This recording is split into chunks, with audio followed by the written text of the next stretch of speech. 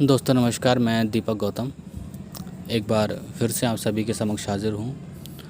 आज का जो विषय है वो है कुछ सिद्धियों के विषय में, जो काफ़ी लोग मुझसे पूछते रहते हैं कि वो करना चाहते हैं या फिर वो किसी प्रकार की साधना करना चाहते हैं। जैसे तरयोनियों में यक्षिणी आती हैं, योगिनी आती हैं।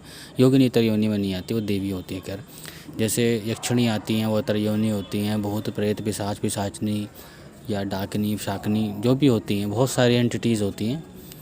तो इसमें से काफ़ी लोग जैसे प्रचलित होती हैं, जैसे जिन्न प्रचलित हैं, तो जिन्न के विषय में लोग बोलते हैं कि उनकी साधना करना चाहते हैं। ठीक है, कुछ लोग यक्षिणी की साधना करना चाहते हैं, कुछ लोग कोई दूसरी साधना करना चाहते हैं।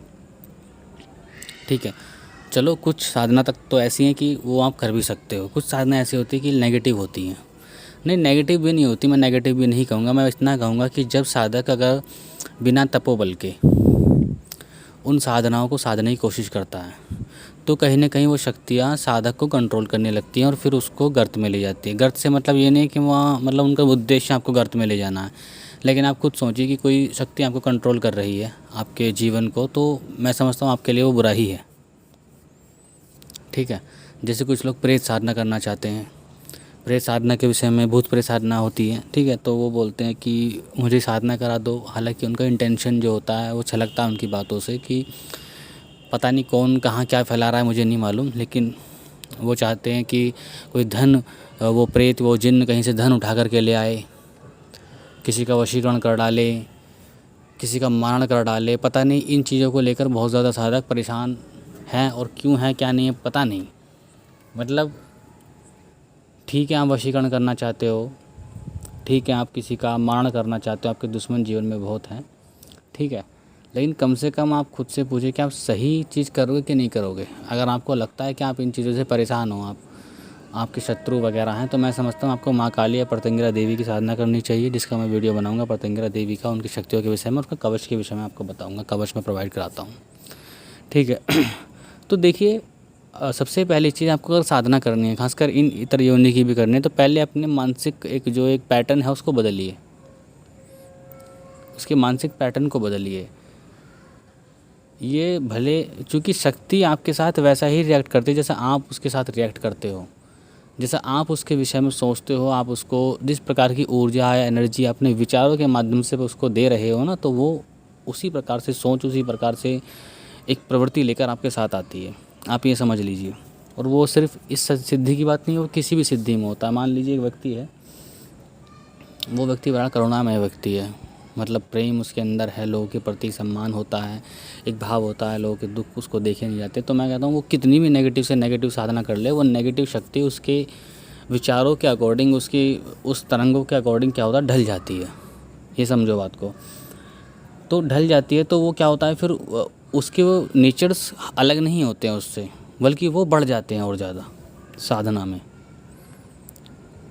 वो बढ़ जाते हैं। उसके बाद से शक्तियाँ मिलने लगती हैं, सिद्धियाँ मिलने लगती हैं, चाहे वो कितनी भी नेगेटिव सिद्धि क्यों ना हो, कितनी भी नेगेटिव उसको बोला जाता हो।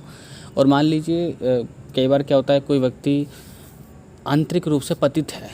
पतित से मतलब है कि वो दूसरों का बुरा चाहता है, शत्रुओं का बुरा चाहता है।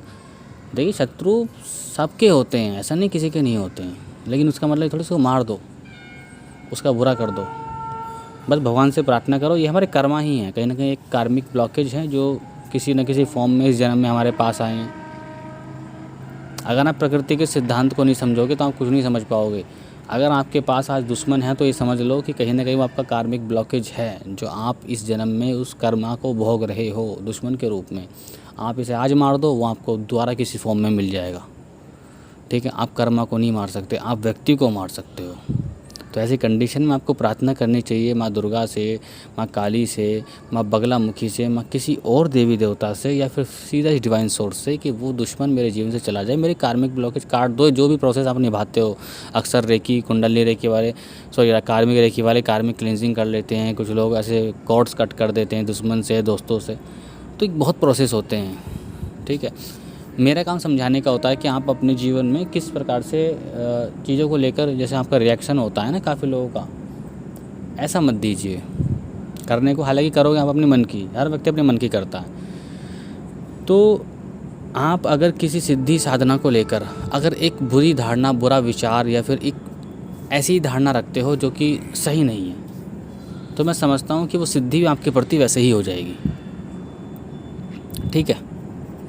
अगर आप किसी प्रेत की साधना भी करते हो, चूँकि भले उसको लोग नेगेटिव मानते हैं, और आपका इंटेंशन अच्छा रहा, तो मैं समझता हूँ वो प्रेत आपको खुद भगवान शिव के, माँ काली तक के दर्शन करा देगा। और वर्णित है एक उसमें तुलसीदास जी के, उसमें तुलसीदास की जीवनी में, कि उन्होंने खुद, तुलसीदास जी ने प्रेत साधना की थी, उनके माध्यम से उनको हनुमान जी और राम के दर्शन हुए थे।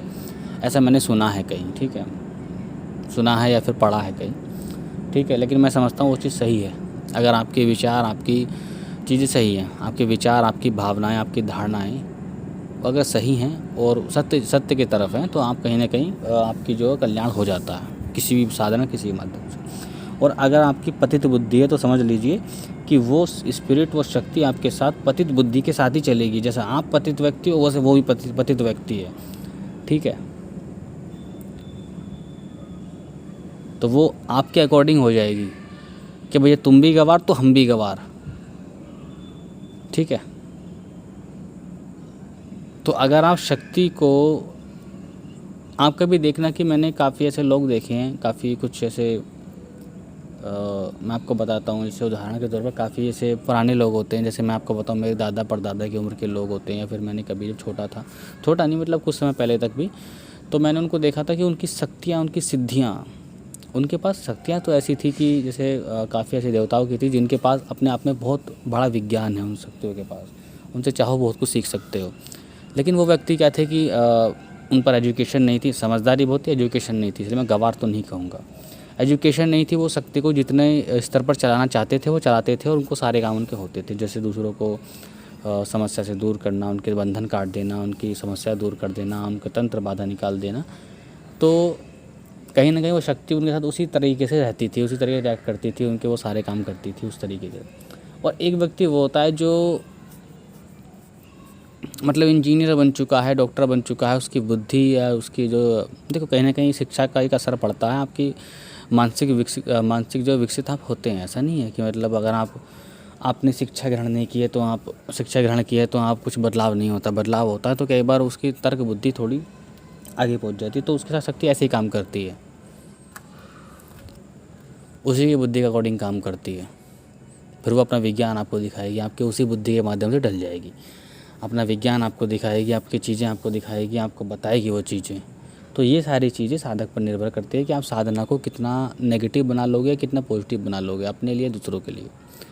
ठीक है, और ख़ासकर जो लोग जो इस प्रकार की धारणाएं लेकर के आते हैं कि उनको यक्षिणी वगैरह साधना करनी है भोग के लिए, या फिर कोई जिन साधना करनी है कि किसी का पैसा चुरा कर लाने के लिए, या कोई प्रेत साधना करनी है तो क्या क्या बोलते हैं, किसी का इतिहास बता देने के लिए, मतलब कुछ बहुत से लोग ऐसे आते हैं। तो मैं समझता हूँ कि इसका विपरीत प्रभाव आपको देखने को मिलेगा ही मिलेगा, होने को सिद्धि हो जाएगी। और असल में इतर योनियों की सिद्धियाँ जल्दी से प्राप्त होती हैं बजाय किसी देवता के, ये भी ध्यान रख लीजिए। ठीक है, लेकिन जो है क्या बोलते हैं कि हमें थोड़ा सा समय देना, हमें खुद को समझना पड़ता है, शक्तियों को समझना पड़ता है थोड़ा सा, और कम से कम हम ऐसी एक पतित बुद्धि जो मतलब पतन ही हो चुका है, एक तरह से आपके विवेक का पतन हो चुका है अगर आप इस प्रकार की चीज़ें लेकर चल रहे हो। हालांकि शास्त्रों में वर्णित है चीज़ों के बारे में सब कुछ है, बट आपको अपनी तरफ से वो चीज़ उस तरह से नहीं करनी है कि आप कि मतलब सिर्फ पैसा उठा कर ही लाना है, ये सब लाना है। अगर किसी भी चीज़ को आप एक सिर्फ करने पर ध्यान दोगे, भगवान श्री कृष्ण ने क्या कहा था कि उनका एक वचन है जिसमें बोलते हैं कि कर्म कर फल की इच्छा मत कर, तो वो ऐसे कोई हवा में थोड़ी बोल रहे हैं उस बात को, उसका क्या मतलब है उसका।